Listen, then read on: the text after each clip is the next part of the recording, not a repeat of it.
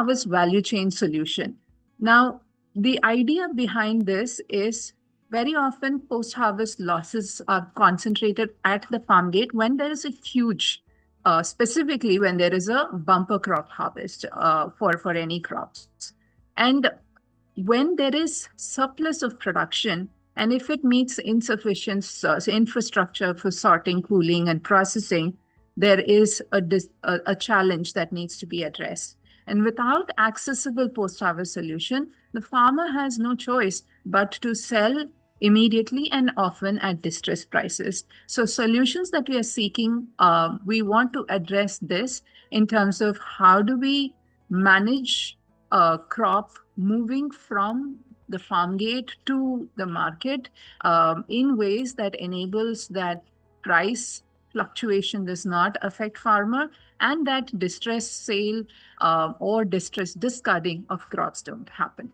And for that, we are welcoming you to apply if your solution handles around sorting, grading, cooling structures immediately after farm, that is on farm or near farm. If it reduces spoilage, extends shelf life, and improves the produce quality through farming, on-farm processing, storage, and early stage preservation. If it helps absorb or manage converting produce.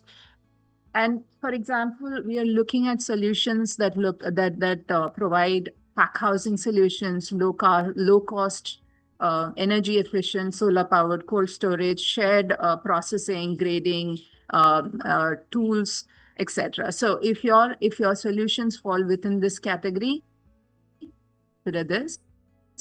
The second category we're looking at is sustainable packaging innovations.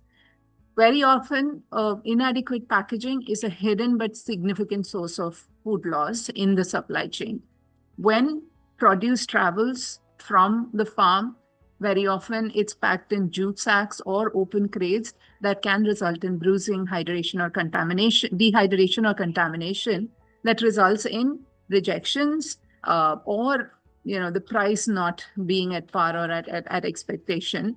And this has a impact in terms of how do you ensure food and nutrient properties are intact? How do you ensure farmer income? Through better packaging solutions. So we would love for you to apply if your solution centers around packaging materials, containers, or systems that ensure better handling, storage, and transport. If you have innovative, eco-friendly, or sustainable packaging materials that are biodegradable, etc. If your produce if your innovation provides produce protection through packaging designs. And so, for example, the stackable, well-ventilated crates, compostable packaging solution, modified atmosphere and active packaging, etc., can be solutions that you can apply for. The third criteria is efficient logistics. If you could go back to the previous slide, please. Thank you. The third criteria is efficient logistics optimization. Very often, post-produce or post-harvest, if the coordination is slow and uncoordinated in terms of linking farm to market, there is significant loss. Inefficient use of logistics, prolonged storage that is not at ambient or adequate temperature, or rushed, unoptimized trips can result in food loss.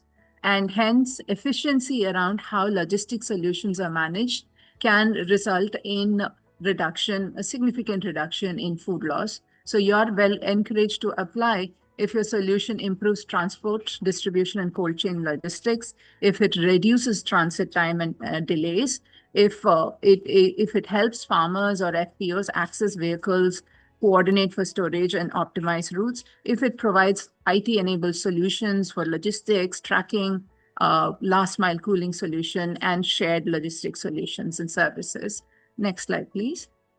The fourth category is on community-led aggregation. India is a nation of smallholder farmers. 80% or more are smallholder farmers. So we do believe that community-led aggregation and enterprise innovation can help smallholder farmers who are largely fragmented and have limited market power to negotiate on the cost of transport. If there is a community-led aggregation that enables them to effectively coordinate for logistics that is shared and provide opportunities for joint quality management.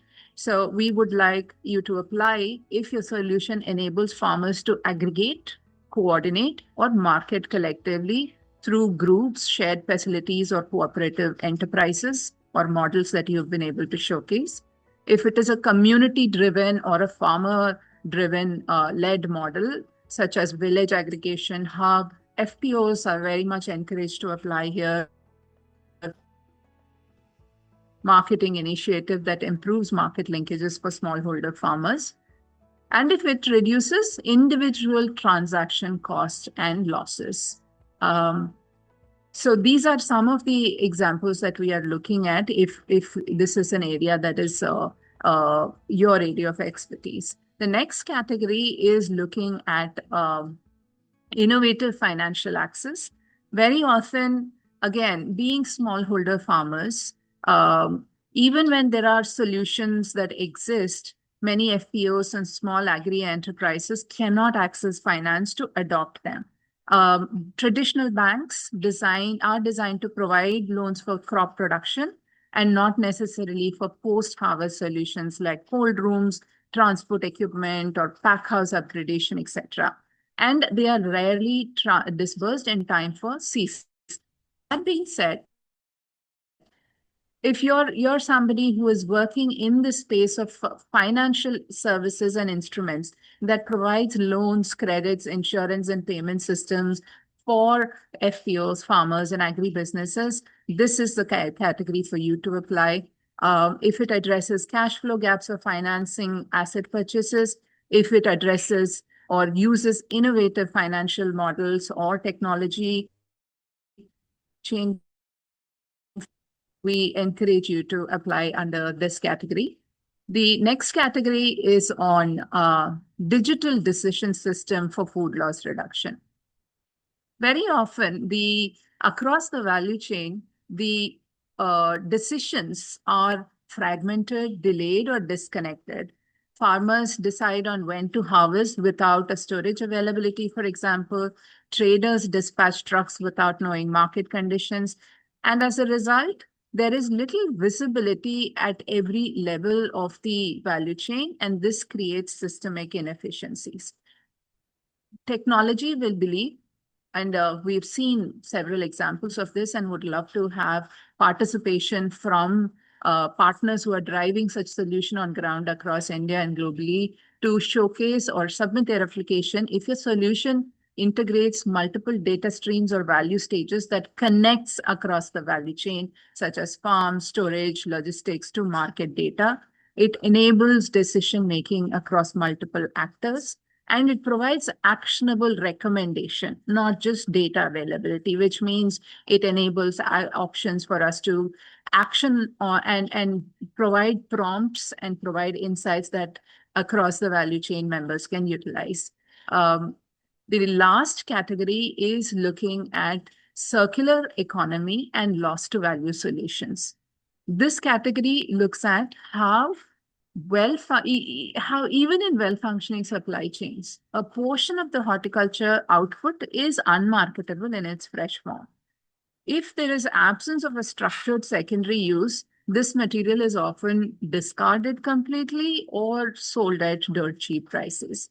A circular economy approach provides an opportunity to look at waste to wealth. It could be used as feed for stock. It could be used as value addition for certain products, such as making purees out of mangoes, etc. And it could be used for biogas, biochar, animal feed, compost. Several such opportunities exist, which offer added products, and it also offers additional income for farmers and farmer producer organization. So we encourage you to apply under this category if your solution creates new uses or products from surplus for the value chains of interest for us. If it implements recycling or upcycling of horticultural byproducts closing the loop and generating additional income and environment value. If it is focused on circular use of bio-waste and not just disposal. So your dehydration and drying units, value-added processing, composting, aggregation center and recovery, several of these criteria, developing biochar and bioenergy. If you are working in this space, we would love to hear about your ideas and how it can be replicated for the horticulture products that we are focusing on.